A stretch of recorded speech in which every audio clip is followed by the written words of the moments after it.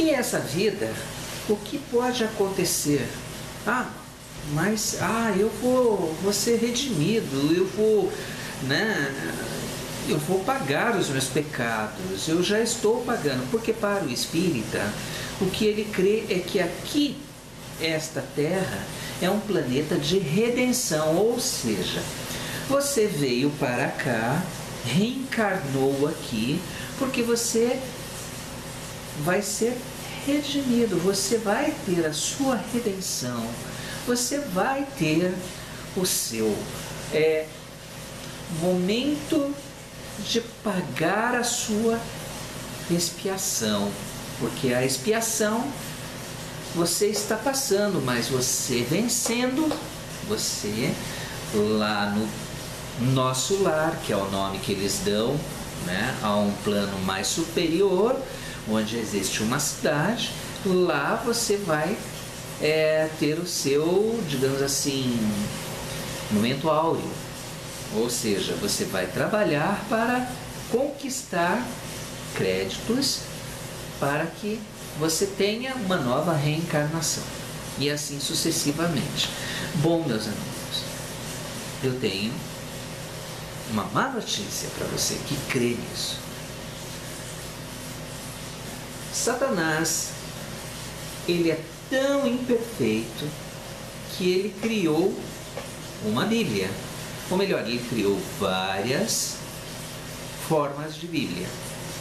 E uma delas se chama Evangelho segundo o Espiritismo, onde você vê lá alguns espíritos que escreveram. Só que ninguém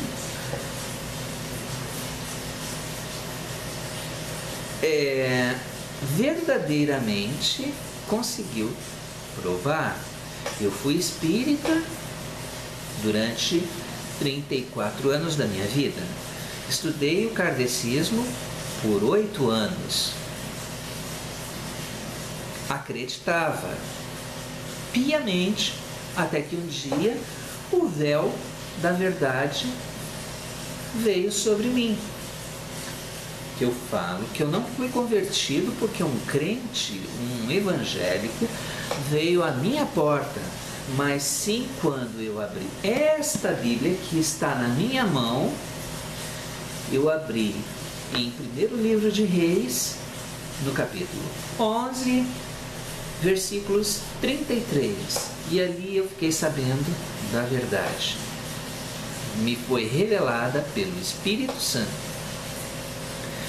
Bom, essa é uma. Satanás, ele criou outras Bíblias também, onde ele diz que a adoração a ídolos é de Deus. A São João, a São Sebastião, a Santo...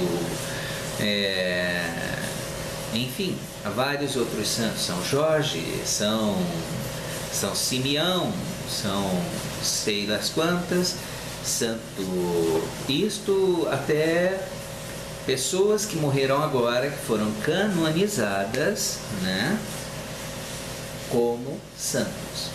Então, há essa inversão de valores. Voltando novamente e já dizendo que, né, como entre vós haverá falsos mestres, muitos dotados de uma certa inteligência, de um certo grau, né, de conhecimento,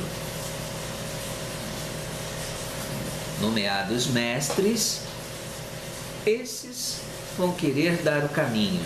Vão dar um caminho de apostasia para você, vão dar um caminho de desgraças, porque a partir dali nada vem. E se vem, vem com muito suor, vem com muita luta, vem com muito esforço. E eu digo, no caminho do Senhor, no caminho de Deus, não existe nada sofrido. Há lutas, há aflições, mas também há vitórias.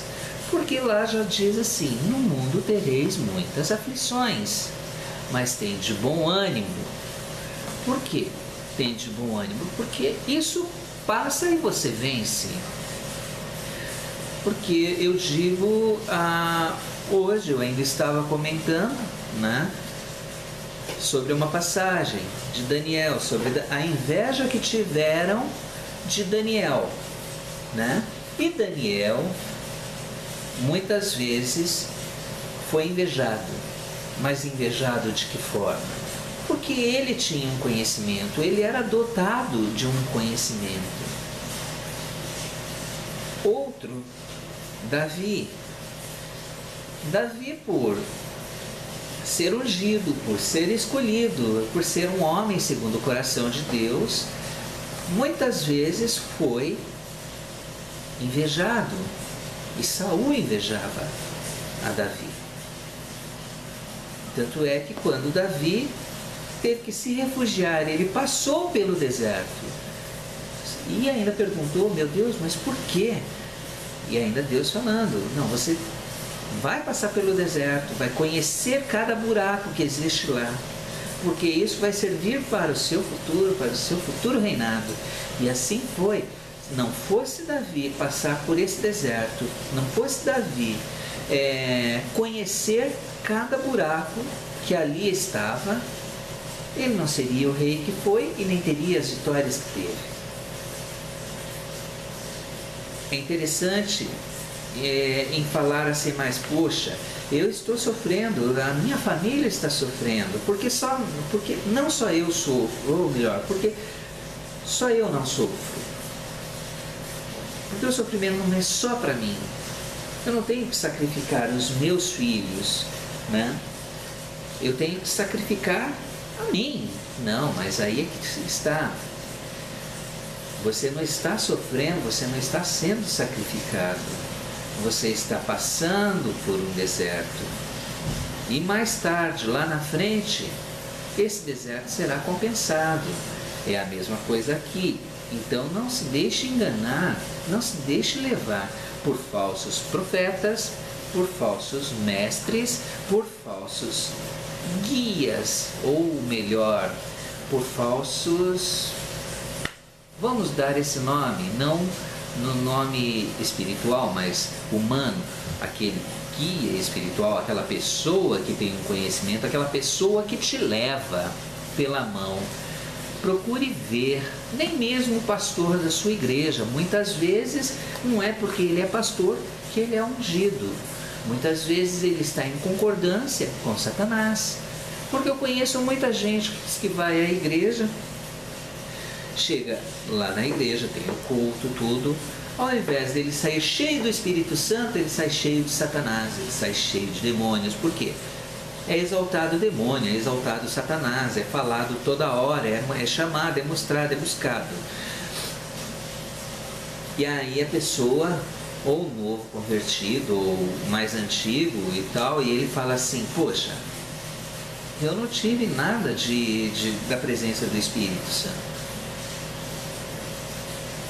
Eu só ouvi o meu pastor falando dos demônios. E aí, meus irmãos, e toda vez que você vai é a mesma coisa. Então, dobre teu joelho, ore para Deus tirar este líder que coloque para liderar um outro grupo, uma outra paróquia, um outro, enfim, um outro lugar, mas que ele não fique ali, mas ore e peça. Que eu já orei uma vez e pedi, e foi feito isso quando era mais novo, e aconteceu, e o Senhor colocou a sua mão e mudou o destino, e assim foi. Mas voltando lá, este é apenas um alerta para você que está aí. Se você está passando por um sofrimento, por uma por uma série de problemas, a primeira solução, não adianta pedir para o seu amigo, ou para a sua colega, ou para aquele irmão mais velho da igreja orar por você. Primeiro, você tem que orar, porque você que sabe onde o calo aperta. Então se coloque em secreto com Jesus e ore. Ah, mas eu não sei orar, eu não sou crente, eu não sou evangélico. Ah, então, procure um local ou procure ler a Bíblia, conhecer as passagens. Ah, mas eu abro lá aleatoriamente, eu não entendo nada. Se for assim, você não vai entender nada. Ah, mas ela é muito grossa, eu não vou conseguir ler. Se for assim, você não vai conseguir nada. Primeiro, ore, peça orientação, busque, porque o Senhor diz: buscai e achareis, batei e abrir-se-vos-á, pedir e dar-se-vos-á. Isto é promessa, e Deus não volta atrás em promessa, porque o dia que Deus voltar atrás numa promessa, Ele deixa de ser Deus, simplesmente, acaba por aí. Mas Deus não é homem para mentir, e as promessas que Ele fez na Bíblia é para se cumprir na minha, na sua, nas nossas vidas, hoje, amanhã, depois e sempre, porque Deus foi ontem, é hoje e será sempre, sem discutir. É diferente. Para macumbeiro ou para quem está seguindo o caminho do candomblé, o nosso Deus, Ele jamais morrerá. Agora, dentro do candomblé diz que quando se deixa de cultuar um orixá, esse orixá fica no esquecimento. Ele ficou no esquecimento, ele morre. Então ele não é um Deus. E você está sendo enganado. Está se deixando enganar. Porque se você acha que você está passando por miséria, você vai fazer um eboché, que é um ebó que eles dizem de prosperidade, você vai resgatar a tua riqueza? Mentira. Porque quando eu estava lá, eu fiz muitos disso. E não adiantou nada, bem pelo contrário. Teve dias de eu ter que vender nota de $1, numa cidade que eu morava, que era turística, nota de $1 para poder comprar leite e pão para minha filha. Leite e fralda, porque o pão já não dá. Ah, mas eu trabalhava, ganhava e não sobrava um tostão sequer. Então, aí é mentira de Satanás. E eu fico por aqui hoje, esperando que vocês tenham uma boa semana. Pensem, reflitam. E aí embaixo, no rodapé, tem o meu site, o site da igreja, e tem o do blog da igreja, e tem o endereço da igreja para que vocês possam pedir oração. Oração e mandem relatos. Eu terei um enorme prazer em relatar aqui o testemunho de vocês. Fiquem na paz do Senhor e uma boa tarde. E não esqueçam, a única coisa que é verdadeira é a Bíblia. Essa nunca passará. Fiquem na paz do Senhor e que os anjos digam amém.